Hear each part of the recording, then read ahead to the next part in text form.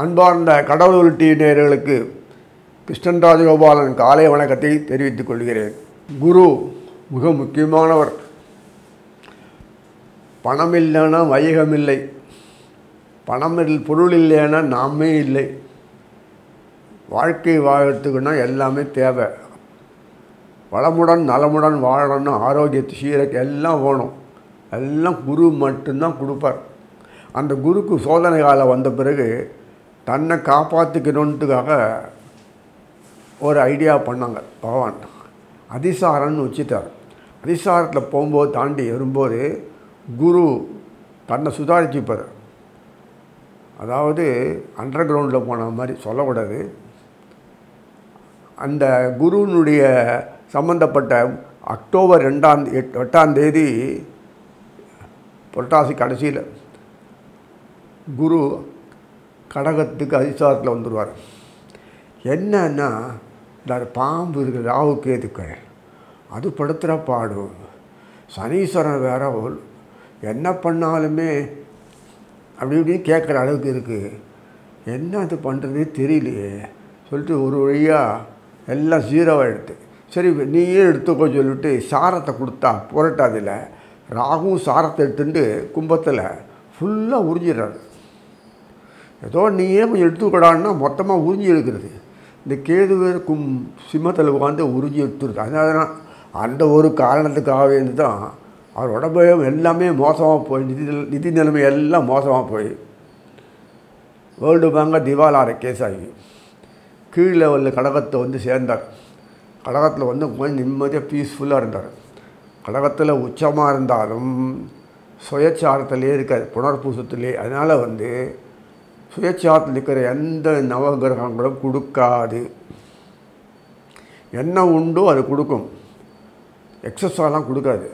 அதனால் அது அந்த கார்த்திகை மாதம் வரும்போது தான் துலாத்துக்கு ஐப்பசி கார்த்திகை மாதம் வரும்போது தான் நவகிரகங்கள் விச்சிகத்தில் இருக்கும்போது குருவனுடைய பார்வை கிடைக்கும். அது இன்னொரு பெரிய ஆச்சரியம் என்னென்னா, குரு போயிட்டு சும்மா உட்காரலாம்ல, நிம்மதியாக இருந்தால் அதனால் முடியல. தொடர்பு எல்லாத்துக்கும் கிடைக்கணும்னு பார்க்கணுன்னு பார்த்தான்னா ஆசை, கூழுக்கு ஆசை மீசைக்கு ஆசை மாதிரி குருவினால் சும்மா இருக்க முடியல. அதனால் வக்கரமானார். வக்கரமான பிறகு என்ன ஆகுதுன்னா, எப்போது கார்த்திகை மாதம் 1ஆம் தேதி சனீஸ்வரர் வக்கர நிவர்த்தி ஆவார். கும்பத்தில் இருக்கிற சனீஸ்வரர் 2ஆம் தேதி கார்த்திகை இதே குரு வக்கரமாகிடுறார். அதாவது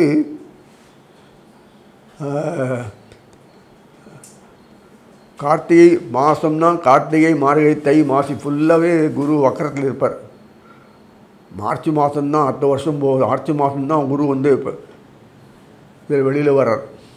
வக்கரத்துலேருந்து மிதனத்தில் போய்டுவார். அப்போது அது வரைக்கும் பெரிய பிரச்சனை என்னென்னா, வக்கரத்துலேயே இருப்பார். வக்கரத்தில் இருந்து பலம் இழந்து கடகத்தில் உட்கார்ந்து செய்கிறார். சாரத்தில் சுயசாரத்தில் இருக்கிறதுனால அதை குரு தொடர்பு உள்ள பார்வையற்றிருக்கும்போது தொடர்புள்ள இந்த சனீஸ்வரனும் ராகுவும் தொடர்ந்து சார வழியாக இதை எடுத்துக்கிறாங்க. இந்த 2 பேருடைய கலாட்சம் இருந்தால் தான் முடியும். மற்ற கிரகநாதர்கள்னால் அவங்களுக்கு என்ன உண்டோ அதை கொடுக்குறாங்க. ஸோ இது மாதிரி இருக்கும்போது அந்த முக்கியமான ஒரு பெரிய இதுன்னா, அந்த வக்கரம் 19ஆம் தேதி சொல்லக்கூடிய 18ஆம் தேதி சொல்லக்கூடிய நவம்பரில் 18ஆம் தேதி வக்கரமாகிறார். அந்த வக்கரம் ஆன பிறகு குரு தன்னுடைய சம்பந்தப்பட்ட விஷயங்கள் எல்லாமே புனர்பூசம் வழியாக தான் கொடுத்துட்டுருக்கார். சாரநாத்தை கொடுத்து அது கால நிற்கிற யாரை கூட அந்த கிரகநாதர்கள் வந்து எல்லாமே இந்த சிம்மத்தில் இருக்கிற சம்பந்தப்பட்ட இந்த அத்தனை கிரகங்களும் சிம்மராசி 2ஆம் வீட்டில் அது பிறகு கண்ணில் இருக்கிற சம்பந்தப்பட்ட புதன் சுக்கரன் பின்னாடி வருவாங்க. செவ்வாய் போது அதுக்கு பிறகு துலாத்தில் வரும். இப்படி அந்த 3-4 கிரகத்தில் வரும்போது தொடர் வச்சு அவங்க கொடுக்குறாங்க. குருவால் கொடுக்க முடியல. அவர் வழியாக விச்சிகத்து வந்து சேர்ந்த பிறகு தான் கார்த்திகை மாதம் வரும்போது தான் குருனுடைய பாறை கிடைக்கிறது. எல்லாம் குரு ஒரே சமயத்தில் செவ்வாய் சூரியன், ஒரே சமயத்தில் பின்னாடி சுக்கிரன், அப்புறம் மெதுவாக புதன், இப்படி அவங்க பாறை கிடைக்கும் போது கிடைக்கப்படுறது. ஒரு நமக்கு வேண்டியது என்ன? பலமான வாழ்க்கை, வெற்றி வாழ்க்கை. முடியுமா? முடியாது. இல்லை சாமர்த்தியமாக வாழனா கூட விஷயம் இருந்தால்னா சாமர்த்தியம் வாழ முடியும். ஒன்றுமே இல்லாத வாழ்க்கை நடத்த முடியாது இல்லை. அதனால் இத்தனை விஷயங்கள் இருக்குது. ஆக இது குரு நம்ம எதிர்பார்க்குற மாதிரி புது அதிசாரத்தில் கொடுக்காட்டாலும் கெடுக்கலை சொல்லி அடுத்து இன்னுமே ஒவ்வொரு ராசியாக பார்ப்போம். அன்பார்ந்த மேஷராசி நேயர்களே, அதிசார குரு அப்படின்னா கிரகங்கள் இப்படி பொதுவாகவே ஒரு வருஷம் ஒரே வீட்டில் இருக்க வேண்டிய குரு பல பிரச்சனைகளுக்கு ஆளாகி அங்கிருந்து வெளியேற்றப்படுகிறார். சொல்கிறத விட அவர் சொல்கிறத விட வேறு வழி இல்லை, வெளியில் வேறுனா நல்லது அப்படின்னு வரா மாதிரி. அது அதிசாரத்தில் போனான்னா நல்லது செய்வாரன்னு கேட்டார்னா கெடுக்காமல் இருக்கார். அதுவே பெரிய விஷயம். அதனால் அதிசாரத்தில் வரக்கூடிய குருவானவர் கடகத்து பேருந்து வந்துடுவார். பேருந்த உடனே என்ன ஆகுது? பாம்புடைய கண்ணில் ராகு கண்ணிலையும் படமாட்டார், கேது கண்ணிலையும் படமாட்டார், சனீஸ்வரன் கண்ணிலையும் படாது, மற்றவங்களுடைய கண்ணிலையும் படாது, எந்த கிரகம் 4 கண்ணிலையும் படாது. அப்படி இருக்கும்போது நம்ம எப்படிலாம் நம்ம செய்கிறது, எப்படி நம்ம ஒரு வழியாக ஆக்குறது அப்படின்னு பார்த்தோன்னா பல விஷயங்கள் நம்ம தெரிஞ்சுக்கணும். இல்லைங்க, இந்த குருவோடு யாருமே போக மாட்டாங்க, தனியாக இருக்காது. இந்த கேதுகிட்ட உட்காந்துட்டு ராகுகிட்ட உட்காந்துட்டு சனீஸ்வரன் படுற பாடு, செவ்வாய் ஒரு வழியாக வந்துட்டார். பின்னாடி சுக்கிரன் வரிசையாக வரக்கூடிய கிரகநாதர் இருந்தால் கூட பிரச்சனை இல்லாத ஒரு வழிய அமைப்புகள் உண்டாருது. அந்த மாதம் ஒரு வழியாக இந்த கார்த்திகை துலா மாதம் கூட இல்லை, ஐப்பசி மாதத்துக்கு கூட ஒன்றுமே இல்லை, வரிசையாக டம்மியாக தான் இருக்கும். அப்படியே மூமெண்ட்டு ஸ்ட்ராண்டுன்னு சொல்லலாம். வேறு என்னென்னமோ விஷயங்கள்லாம் நடக்கும்துக்காக பொழைப்பு நடக்கணுமே, ஒரே குழப்பமாக நாட்டில் இருந்தது, சிம்மனியாக இருந்தது, சண்டைகள், சச்சரவுகள், பூசல்கள், ஏதேதோ குழப்பங்கள்லாம் நாட்டில் ஃபுல் நிறைஞ்சிருக்குன்றதுக்காக வேண்டி குடும்பத்துலேயும் ஒரு நிம்மதியற்ற போக்கு இதுதான் செய்யும். அப்போ என்ன பண்ணலாம்? மேஷத்தில் சம்பந்தப்பட்ட குரு முக்கியமானவர். அவர் தான் பாக்யாதிபதி, ஐனசைன போகஸ்தானாதிபதி. அது மட்டும் இல்லை, குரு எப்போதுமே செவ்வாய்க்கு ரொம்ப வேண்டியவர். செவ்வாய் என்னதான் இருந்தால் கூட உனக்கு பொறுத்த வரைக்கும் செவ்வாயினுடைய கிரகங்கள் போது சுக்கிரனும் கேதுவோடு கூடியிருக்கார். முதல்ல ஆரம்ப காலத்தில் சிம்மத்தில், அப்புறம் மெதுவாக அந்த கன்னிக்கு வந்துடுவார். கன்னிக்கு வந்துட்டாங்கன்னா ஆட்டோமேட்டிக்காக அந்த சூரியன் புரட்டாசி மாதத்தில் சூரியன் கன்னியில் இருப்பார், எல்லாருக்கும் தெரியும். அதனால் சூரியன் புதன் பின்னாடி செவ்வாய் இப்படிலாம் மாற்றி மாற்றி இருந்துட்டுருப்பாங்க. என்ன இருந்தாலும் தொடர்பே வைக்க முடியலையே, குரு தொடர்பு வைக்க முடியலையே. குரு தொடர்பு இல்லாமல் என்ன இருந்தாலும் எத்தனை இந்த கிரகங்கள் கொடுத்தாலும் என்ன பிரயோஜனம்? கார்த்திகை எத்தனை புரட்டாசி கடைசி தான், ஐப்பசி கார்த்திகை 2 மாதம் தமிழ். கார்த்திகை மாதம் வந்ததோ இல்லையோ தப்பிச்சு பொழைச்சோம். மேஷத்துக்கு 8ஆம் வீடாக இருக்கலாம், இங்கே 8ஆம் வீடுன்னு கிடையாது. செவ்வாயினுடைய இது ஆட்டோமேட்டிக்காக துலாத்தில் உட்காந்துட்டு அப்புறம் ஐப்பசி மாதம் துலாத்தோடு உட்காந்துருப்பார். செவ்வாய் புதன் உட்காந்துருப்பார். அதுக்கு பிறகு மெத்தமாக விருச்சிகத்து வரும்போது கார்த்திகை மாதம் வரும்போது செவ்வாய் தனுசுக்கு சூரியன் செவ்வாய் பின்னாடி சுக்கிரன் வந்துடுவார். அதுக்கு பிறகு புதன் வரும்போது செவ்வாய் தனுசுக்கு போய்டுறார். ஸோ வரும்போது தனுசு மார்கழி கார்த்திகை மாதத்தில் குரு அக்கறை மாறார். அது வரைக்கும் குரு டம்மி அவ்வளோ இருந்தார். எதாவது பண்ணலாம்ல, ஏதாவது பண்ணலாம். சரி, வரலாம் சனீஸ்வரன் காலில் பூசல் நிற்கலாம்ல, புனர்பூசல் இருந்தான்னு அவர் தான் புரட்டாதி நிற்கிறார், ராகும் புரட்டாதி நிற்கிறான். அப்போ என்ன பண்ண முடியும்? ஒன்றுமே பண்ண முடியலையே, மொத்தத்தை உறிஞ்சிடுறாங்களே, ஒன்றுமே வழி கிடைக்கல. அப்போது ஒரு வழியாக இந்த கார்த்திகை மாதம் வக்கரமான பிறகு அந்த கார்த்திகை மாதத்தில் தான் அவனை பொறுத்த வரைக்கும் விருச்சிகத்தில் எல்லாம் உட்காந்துக்கிறாங்க. அதனால் சௌரியம் தன்னுடைய பாறையை பார்க்கும்போது சனீஸ்வரனும் விருச்சிகத்தை பார்க்கும்போது பாக்கியம் கிடைக்கிறது. ஸோ யோகங்கள் அப்போ தான் உண்டாருது.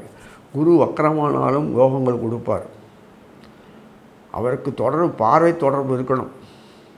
தொடர்பு இருந்ததுன்னா உங்களை பொறுத்தவரை எங்கே இருந்தாலும் 5ஆம் பாறை 7ஆம் பாறை இல்லை 9ஆம் பாறை இருந்ததுன்னா தோஷங்கள் போயிடும். தோஷங்கள் போனாலே போதும், ஃபில்டர் பண்ணாலே போதும், உங்கள்கிட்ட இருக்கிற சொத்துக்கள் பணம் எல்லாமே விருத்திக்கு வந்துடும், தானாக வந்துடும். நண்பர்கள் குழாம் உறவுகள் எல்லாமே தன் அறியாமல் இருக்கும். ஆக இந்த விஷயத்தில் பார்க்கும்போது மற்றவங்களுக்கு காட்டிலும் அனுகூலம்தான் உங்களுக்கு. செவ்வாய் வாலண்டரியாக சர்வீஸ் பண்ணுறதுனால ரொம்ப சௌரியாக போச்சு. கடகடன்னு வந்து செவ்வாய் தொடர்பு கொள்ளக்கூடிய பாக்கியத்தை படுறது ஃபஸ்ட்டு அவர் தான் வர்றார் விச்சிகத்துக்கு. இதெல்லாம் கிடைக்கும்போது குருவனுடைய பாறை சனீஸ்வரன் பாறை தொடர்பு கிடைக்கிறது. அந்த ஆக மட்டும் அதிசாரத்தில் இருக்கும்போது கார்த்திகை மாதம்தான் பலன் தரார். வக்கரம் ஆகிடுறார். எப்போன்னா வக்கரமானாலும் குரு வந்து தன் நிலையிலிருந்து மாற மாட்டார், பலன் கொடுக்குறார். மார்கழி மாதம் வரும்போது மேலே போகிறார். அதாவது 22/12 அவனுக்கு மேலே போகிறார். மிதுனத்துக்கு அதிசாரத்திலேருந்து மறுபடியும் மிதுனத்துக்கு வரார், பழையபடியே வந்துடுறார். அங்கே வரும்போது இந்த தனுசு மாதம் சொல்லக்கூடிய மார்கழி மாதத்தில் புதன் செவ்வாய் இருக்கார். புதனுக்கு பின்னாடி சுக்கிரன் வருவார், சூரியன் இருப்பார். அழகாக தொடர்பு கொள்கிறார். புதனும் குருவும் ராசி பரிவர்த்தனை பண்ணிக்கிறாங்க. அதனால் உங்களுக்கு மார்கழி மாதத்துலேருந்து அப்லிஃப்ட் தான். அது உங்கள் பாக்கியஸ்தானம் மேஷத்துக்கு. ஆக மொத்தம் அந்த என்ன உங்களுடைய ஆக்டிவிட்டி சரியானபடி போக்கில் இல்லாட்டால் கொஞ்சம் ஸ்லோ டவுன் பண்ணிவிடுங்க. இந்த பீரியடெல்லாம் வந்து கொஞ்சம் ஸ்லோ டவுன் பண்ணுறது நல்லது. குருவினுடைய அமைப்பு பொறுப்பு பார்க்கும்போது கொஞ்சம் நமக்கு தயக்கமாக தான் இருக்குது. பிரச்சனைகள் உள்நாட்டு பிரச்சனை, வெளிநாட்டு பிரச்சனை, எல்லா பிரச்சனை, எந்தெந்த பிரச்சனையும் வந்தாலும் நமக்கு சமாளிக்கவே சரியாக இருக்கும் தவிர விருத்திக்கு வரத்துக்கு வழி இல்லாமல் இருக்குது. நோய் நொடியெல்லாம் வரணும் அவசியம் இல்லை.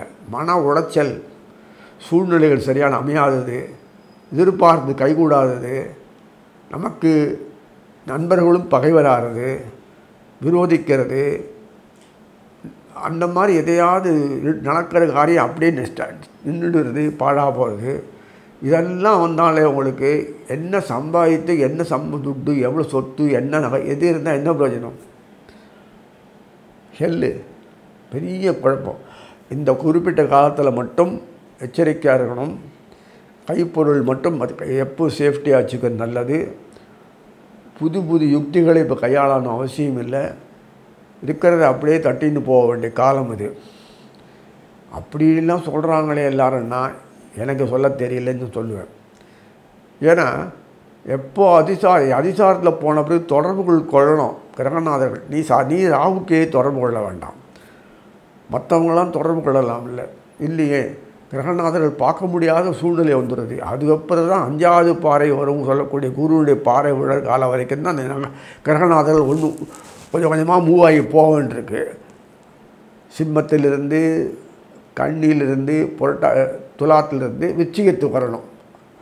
நல்ல காலம். செவ்வாய் புதன் சுக்கிரன் 3 பேர் முக்கியமான ஆளுநர் இருக்காங்க. அந்த 2 பேர் முக்கியம். சனீஸ்வரர் பர்மனெண்ட்டாக இருந்தால் கூட அந்த ஒரு காரணத்தில் வரும்போது தான் உனக்கு வக்கரம் முறிவடைஞ்சி பார்க்கக்கூடிய பாக்கியம் கிடைக்குது. விச்சிகத்து 10ஆம் பார்வை. இதெல்லாம் மொத்தமாக ஒரு ஒரு ஒரு பார்க்கக்கூடிய குருவுடைய பார்வைக்கு நேர அமைப்பு ஒரு உண்டாகிறது இந்த கார்த்திகை மாதத்தில். அப்போ தான் குரு வக்கரமானமா, அப்போ தான் வக்கரமாகிறார். சனீஸ்வரன் நன்னாகிட்டார், அப்பா நிம்மதி சொல்லிட்டு பார்த்தா மறுநாளைக்கே குரு வக்கரம். இப்படி ஒரு அமைப்பு தான் இருக்குது. அதான் சொல்கிறேன், இந்த முதல் 3 மாதம் வக்கர நிலையில் பின்னாடி வந்துட்டு வக்கர நிலையை ஆகிற குரு முதல் மாதம் ஃபுல்லாகவே கார்த்திகைக்கு வரக்கூடிய மாதம் வரைக்கும் உள்ள காலத்தில் வக்கரம் இல்லாட்டா இருந்தால் கூட குருவனுடைய பார்வையற்ற செயல்பாடுகள் இல்லாதனால எதுவுமே செய்ய முடியாத சூழ்நிலை இருக்கிறது. வளர்ச்சிக்கு உண்டான வழிவகைகள் இல்லாமல் ஒரு ஸ்லோ டவுன் பண்ண நிலைமை ஏற்படும். வீண் வம்பு சச்சரவுகள் நிறைய வரும். அது இடம் கொடுக்காமல் நீங்கள் சுதாரிக்கணும், அவ்வளோதான். அறிவை எப்போது பயன்படுத்திக்கணும், செயல்படுங்க. கார்த்திகை மாதம் குரு வக்கரமானாலும் சனீஸ்வரன் நல்லா இருந்ததுனால அனைத்து விதிகளுக்கு சம்மந்தப்பட்ட சனீஸ்வரனால் விதிக்கு விமோசனம் கிடைக்கிறது. சிறப்பாக செயல்படக்கூடிய ஒரு காலமாக இருக்கிறது. சிறப்பாக செயல்படும். மறுபடியும் ஏதோ ஆனலாம் மறுபடியும் நல்லபடி ஆகணும் இல்லை. ஏதோ ஆயிடுத்து பிரச்சனைகள் சரிப்படுத்தணும் இல்லை, சரிப்படுத்துகிற காலமாக தான் இருக்கும். மிதுனத்துக்கு போன உடனே குரு வக்கரத்தை தொடர்ந்து மிதுனத்திலே இருப்பார். இருந்தாலும் ஒரு பிரச்சனையும் இல்லை, ஸ்மூத் செயிலிங் தான் இருக்கும். அங்கேருந்து மறுபடியும் பாறை கிடைக்கிறது, எல்லாம் பண்ணலாம், ஒரு பிரச்சனையும் இல்லை. சனீஸ்வரன் நல்லா ஆகிடுறார். அது பிறகு மாசி மாதத்தில் சனீஸ்வரன் பயிற்சி ஆகி அதுக்கு பிறகு போனால் கூட குரு மிதுனத்தில் வக்கரத்தில் மார்ச் மாதம்தான் குரு வக்கர நிலையிலேருந்து வெளியில் வர்றார். அது வரைக்கும் அங்கே தான் இருப்பார்.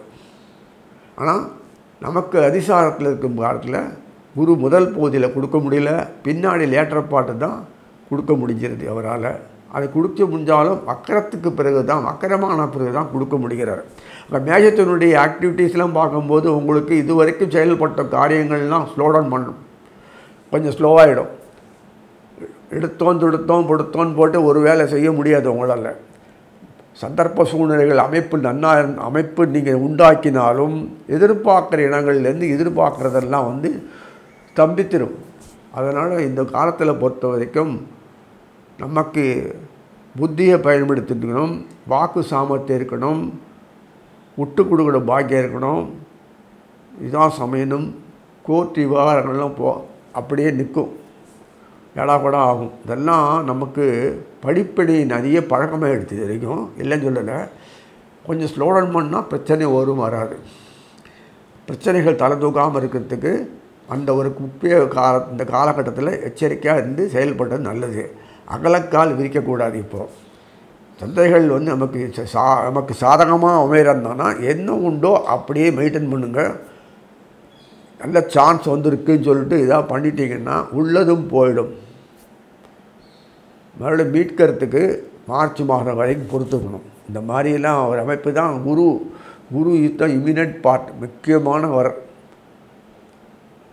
அதனால் மற்ற நவகிரகங்கள்லாம் இருக்குன்றதுக்காக வேண்டி குருக்கிட்ட தான் அந்த வளமிக்க வாழ்க்கை என்ன உண்டோ அது அவ்வளவும் அவர்கிட்ட இருக்கும். நல்லது நடக்கணும், ஆரோக்கியமாக இருக்கணும், ஒவ்வொரு வாழ்க்கையில் ஒவ்வொரு துறையிலும் வெற்றி கண்டுனே வரணும், மேல்நிலை போயிட்டே இருக்கணும், உறவுகள் நன்னா இருக்கணும், குடும்பத்தில் நிறைய சம்பவங்கள் நல்ல சம்பவங்கள் நடந்துகிட்டே இருக்கணும், ஒவ்வொரு பையன்கள் பொண்ணு இதெல்லாம் விருத்திக்கு நல்லா ஆள்னா இருக்கணும், கலைகள் நன்னா வளரணும், பசிக்கு நல்ல ஆகாரம் நல்ல போக பாக்கியம் அனுபவிக்கணும்னா குருவினுடைய அமைப்பு தான் வேண்டும். இது இந்த காலத்துக்கு பிறகு மேஷராத்துக்கு கிடைக்கும். கொஞ்சம் கவனப்பிசைவு இல்லாமல் இருந்து பகவான் ஈடுபட்டு நீங்கள் இந்த காலத்தை கடந்து உங்களுடைய தேவைகளை குருவினுடைய அதிசார காலத்துக்கு கடந்த பிறகு நீங்கள் அனுபவிக்கலாம் என்று சொல்லி நிறைவு செய்கிறேன். கடவுள் அருள் டிவியை பார்த்தமைக்கு நன்றிகள். மேலும் இது போன்ற தகவல்களை தெரிந்து கொள்ள கடவுள் அருள் டிவியை சப்ஸ்கிரைப் செய்யுங்கள். மறக்காமல் பெல் ஐக்கானை கிளிக் செய்யுங்கள்.